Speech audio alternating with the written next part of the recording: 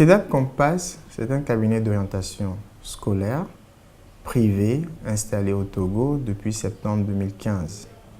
Donc nous intervenons dans l'accompagnement de l'enfant de manière à lui permettre d'avoir une vision méthodique de son parcours professionnel. Cela passe par l'élaboration d'un projet de vie qui suit par l'élaboration d'un projet d'études. Et c'est à partir de cela que nous donnons la vision à l'apprenant pour pouvoir construire son parcours professionnel.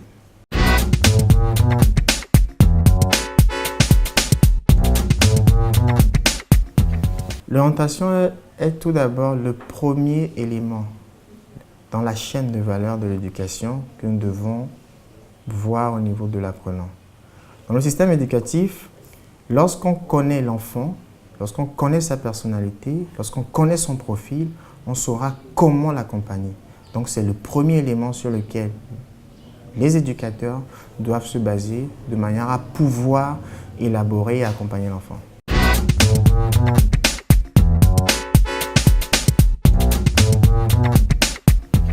Malheureusement, au jour d'aujourd'hui, il n'y a pas beaucoup de soutien dans le cadre de l'orientation parce que beaucoup se disent qu'ils peuvent le faire. Alors que c'est un élément très important qui aujourd'hui est très négligé, dont on ne voit pas l'importance. Au Togo, il y a des efforts qui se font par, entre autres, des cabinets qui soutiennent l'action l'action publique, d'une part. Et dans les pays africains, bon, le mal est le même. Maintenant, ce qu'il faudrait faire, c'est d'aider les enfants à pouvoir avoir un projet. Lorsque l'enfant a un projet, cela évite ce qu'on appelle le chômage. Cela évite les sous-emplois. Cela évite, on connaît toutes les conséquences que cela a. Et cela évite également la fuite des cerveaux à l'extérieur. Lorsqu'on a le projet, si l'enfant doit aller continuer de faire des études à l'étranger, c'est pour un projet et peut-être avoir le but de revenir plus tard. Donc, actuellement, le problème est assez négligé au niveau des familles. Ce n'est pas au niveau de l'État. L'État font son effort, mais d'abord, la prise de conscience doit se faire au niveau des familles. Et c'est vraiment très négligé à ce niveau.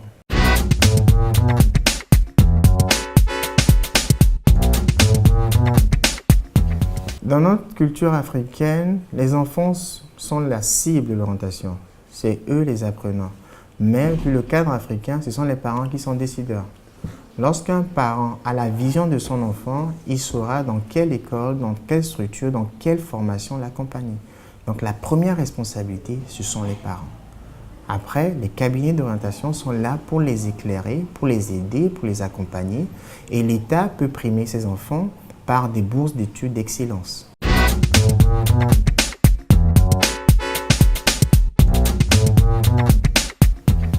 L'orientation commence dès la naissance. Lorsqu'on arrive à observer l'enfant, on peut savoir quelles sont dès la base les facultés naturelles qu'il a. Parce qu'un enfant, ce n'est pas seulement des aptitudes. Un enfant, c'est sa personnalité, c'est ses capacités, par exemple, et l'environnement familial dans lequel il évolue. Donc déjà, depuis le cours primaire, on observe l'enfant, on voit son attitude, ce qui lui plaît. Pas seulement l'école, les notes, c'est bien, mais ce n'est pas suffisant. Et lorsqu'on voit le profil de l'enfant, on saura dans quelle structure l'accompagner au collège, au lycée et à l'université.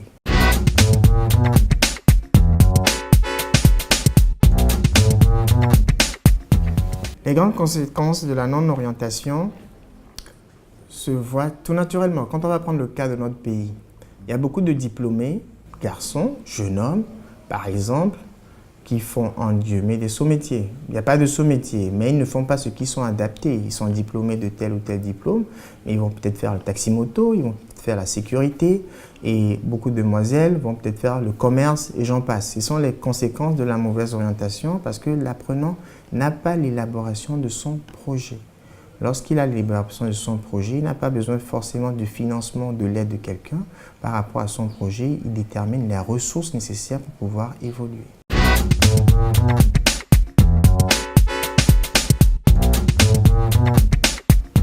Parce qu'on ne mesure pas l'impact que cela apporte.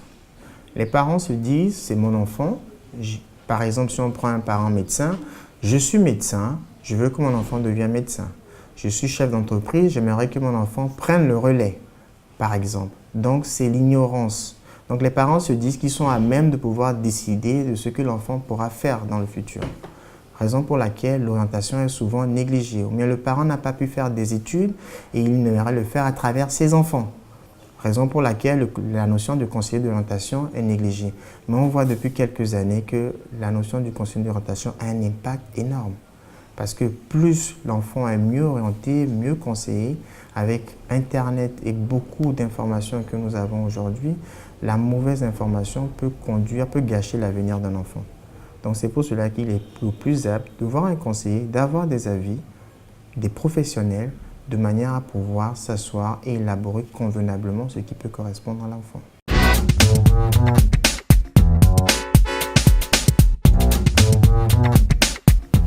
Pour une orientation efficiente, il y a 4 paramètres. Il y a la personnalité de l'enfant, connaître ses qualités, connaître ses points à améliorer. Le deuxième paramètre, c'est les capacités de l'enfant. Quelles sont ses capacités naturelles? Il y a des enfants innés qui, en matière d'informatique, sont très doués alors qu'ils n'ont pas appris à l'école, par exemple. Le troisième paramètre, ce sont les aptitudes scolaires. Pourquoi l'enfant a telle note? Est-ce qu'il peut faire mieux? Est-ce qu'il peut développer plus? Et le quatrième paramètre, c'est l'environnement familial dans lequel évolue l'enfant. Cela peut influer ou pas par rapport à son choix de décision. Donc ce sont les 4 paramètres importants pour une bonne orientation.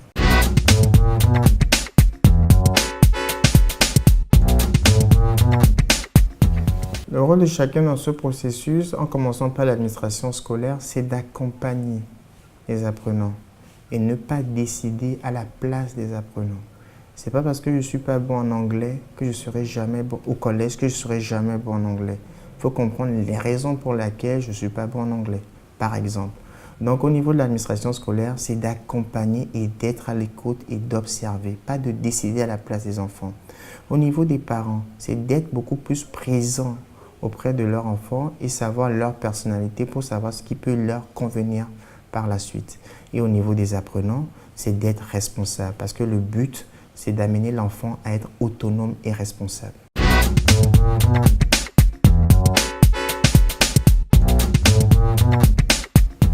L'orientation scolaire, ça doit se faire à partir de la classe de 3e, 4e, l'élaboration. Et on ne choisit pas son orientation fonction du marché de l'emploi. On choisit son orientation fonction de son profil. Et lorsqu'on est très bon, lorsqu'on arrive dans le marché de l'emploi, si vous êtes la seule personne qu'il faut par rapport à la ressource, on vous prendra. On ne doit pas choisir l'orientation fonction des besoins actuels. Aujourd'hui, le milieu de la banque peut marcher. Dans 5 ou 10 ans, comme on l'a vu avec le crash boursier, ça n'a pu marcher pendant une certaine période.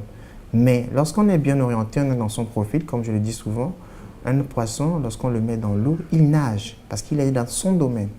Donc, lorsque l'enfant est dans son domaine, il est excellent, quelle que soit la situation du marché de l'emploi. Maintenant, dans le marché de l'emploi, l'orientation permettra également, lorsqu'on a le projet de vie, de prendre de l'initiative. En sortant de l'école, je n'ai pas besoin forcément de travailler pour une structure. Je peux créer de l'emploi. Je peux être initiateur.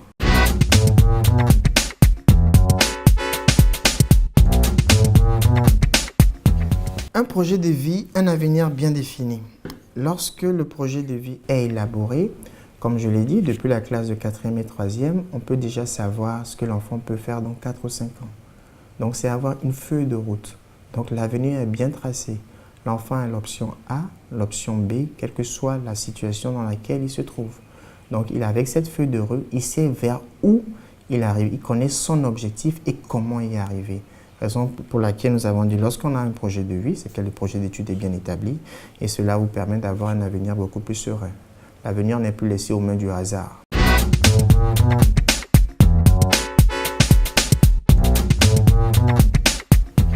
L'orientation doit tenir compte des structures de formation locales pour savoir en termes de contenu quelle est la formation la plus appropriée pour pouvoir voir est-ce que l'enfant pourra mieux se développer par rapport au contenu de cette formation. Donc, ce n'est pas à négliger. Donc, avant qu'un enfant ne choisisse telle ou telle école, il faut voir quel est le profil de l'enfant. Est-ce qu'il a un profil de l'université ou un profil de BTS? Est-ce qu'il a besoin d'être encadré?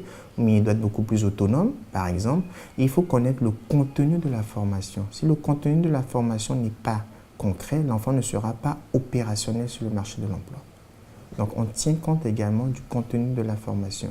Ce qui pousse pour certains élèves, certains apprenants, à pouvoir aller acquérir ce contenu de la formation ailleurs, dans d'autres pays, et revenir au Togo pour pouvoir travailler.